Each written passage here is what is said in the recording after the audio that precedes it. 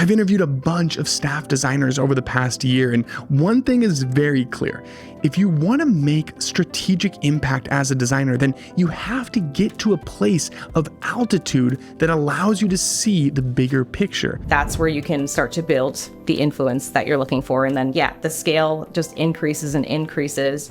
As you see more of the system, it just makes sense that you should work on this really big, meaty problem because you just know all the right people already. You already have the right context, and that's how it happens. That's Kat Small, who's been a longtime designer at companies like Etsy, SoundCloud, and Asana. You're going to hear from her a few times during this episode because we're going to do a deep dive into how you can increase your altitude and make more of a strategic impact in your role.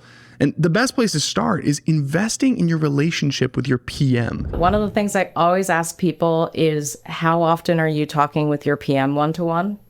I find that a lot of people only really have conversations within groups, which is fine, maybe. But I found that when I actually scheduled one-to-ones with my PM once a week, that was a time where we could start to have more strategic conversations, and I could just learn more about them and their challenges. Mia Bloom also stressed the importance of this PM relationship. I got better at that by asking really good questions and becoming good friends with my PMs, frankly.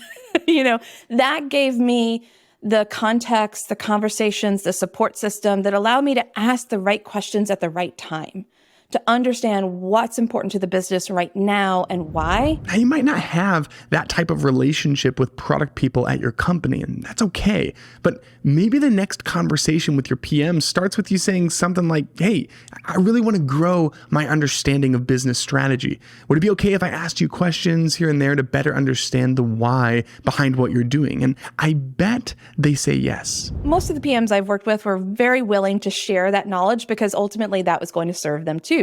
To have a designer on their team that could actually speak business objectives. Over time, you can start to deepen that collaboration. Maybe at first you just hold 5 minutes at the end of your one-on-one or weekly sync to ask some questions to your PM. But another great tactic you can work toward is asking your PM if you can co-present ideas or initiatives to the rest of the team. One other thing I saw on my team is some of my design leads would actually ask their PMs to co-present. And that meant that a lot of conversations had to take place before to make sure that they were aligned on the why and how, and the language was aligned with the business. So that's a great way to practice and elevate design inside of the company. Now, co-presenting is great, but eventually I think the most valuable thing you can do is to sit in on certain strategy or planning conversations. This is a tactic that multiple designers have brought up on Dive Club. You can also kind of start to see through those conversations, like, where does this person spend their time? And is there an opportunity for me to ask, oh, can I just be a fly on the wall for this particular meeting that you mentioned that you go to every week? Femke hit on this same idea when she was talking about her time at Uber and Wealthsimple. My first recommendation is to try to get into those earlier conversations. I'm sure they're happening. You're just not being invited. So instead of waiting around to ask for the invite yourself, right? Get yourself into those conversations as much as you can and let your PM know that you want to be a part of that stage of the process. It could just be that the PM thinks you're too busy or you're not interested, or maybe they don't see where you could have value. And so you need to let them know and tell them, yes, I want to be there. Here's where I think I can have input. Here's the value I think I can bring to these conversations, and then get yourself invited. Being a part of these early planning and strategic discussions is one of the best ways that you can increase your altitude at the company. From there, you can start to see a little bit more of like how the business works. It's really scary, but I think that the more that you proactively reach out to people and people start to see you as, an ally and an asset in some way, they're going to start to lean on you. They're going to start to trust you more. And then that's where you can start to build the influence that you're looking for. Now, you might be sitting here thinking, well, what is the value that I bring to these conversations? And I'm glad you asked. Here's Kat again. Designers can actually be really great resources for reducing risk, which is huge for a product manager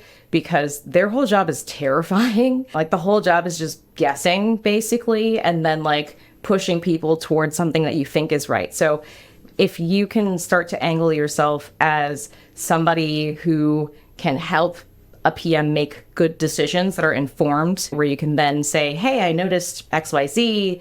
Maybe I can just illustrate a couple of examples of the decision you're trying to make is something that I've done, for example. One of the easiest ways to add value is just to offer help with PRDs. On one hand, it's a foolproof way to insert yourself a bit earlier into the product strategy process, but also most PMs are drowning in docs and gladly will take the help. Here's Soren Iverson sharing a bit about his time at Cash App. I've never had a PM be upset by trying to take work off their plate, right? So you can insert yourself into the process of product requirements, document creation, product strategy, and really, as a product designer, that is part of what you should be doing. When you do this kind of work, not only are you being helpful, but you're also absorbing crucial context to the business. That gave me more confidence to frame my ideas through that lens and to test it with them. Hey, what if we do this? And how would that impact the business? That practice is what set me up to be able to talk about the business at a higher level. As you build that context and deepen the relationship with your PM, you're gaining an ally, someone that you can partner with on more exploratory, future-facing work.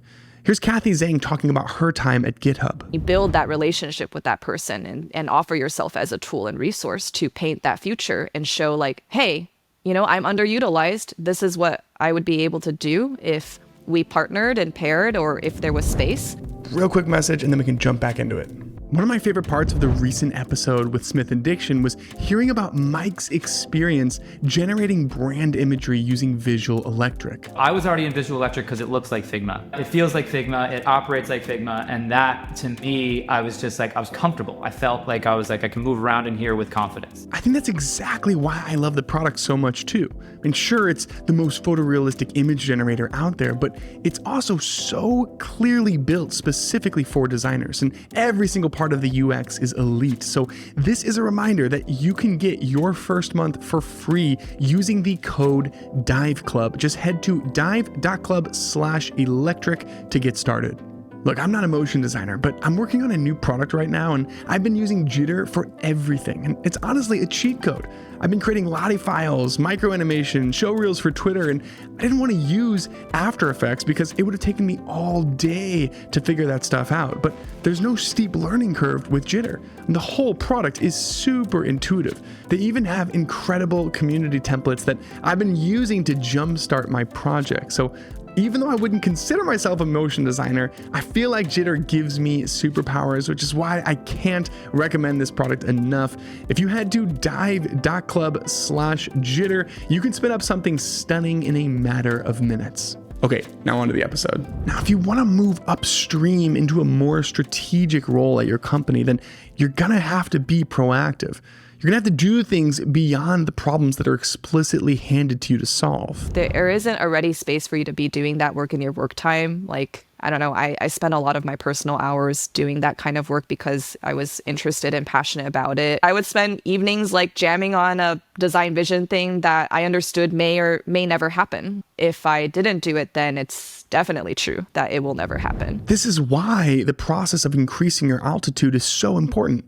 Because it's from this vantage point that you can start to propose ideas and visualize potential futures. While you're still doing work on whatever your quarterly objectives are, or the sprint that you're currently working on, you need to do that work and you need to do it well. But then I think also really using PM as a thought partner and then showing them, here's what our product could look like in a year or 2 years or half a year. I think showing people that you're thinking strategically about what the product can look like in the future and mapping that back to how it will help the business and how it will help the customer, I think will go a long way in being able to kind of insert your influence with a product partner. The best way to increase your influence at a company is to go all in on an idea like this. To get it out into the world, rally support, and ride it all the way to production. And who knows, maybe that's a topic for a future conversation, but hopefully this episode sparked some ideas for how you can increase your own altitude.